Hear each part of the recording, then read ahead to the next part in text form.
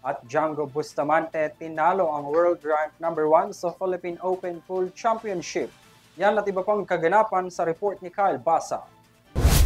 Tinalo at ineliminate ni Filipino legend Django Bustamante ang number 1 world rank Fedor Ghost sa Philippine Open Pool Championship.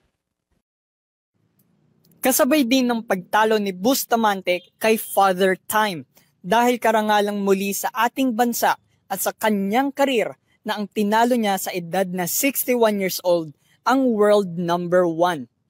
Namataan ng mga Pinoy fans ngayong araw, October 23, sa Gateway Mall QC ang dedikasyon at ang intensity ng laban nilang dalawa. Comeback ang ginawa ni Django nang dahil sa error ni Ghost sa final rack, nasungkit pa niya ang 10-9 victory sa kanilang pagtatapat. Busog ang mga fans sa kanilang napanood, nagmistulang thrilla in Manila ang matchup ng dalawa. A-advance si Django sa third round ng Philippine Open Pool Championship. Para sa Euro TV News, ako si Kyle Basa, sumasaludo sa bawat Pilipino.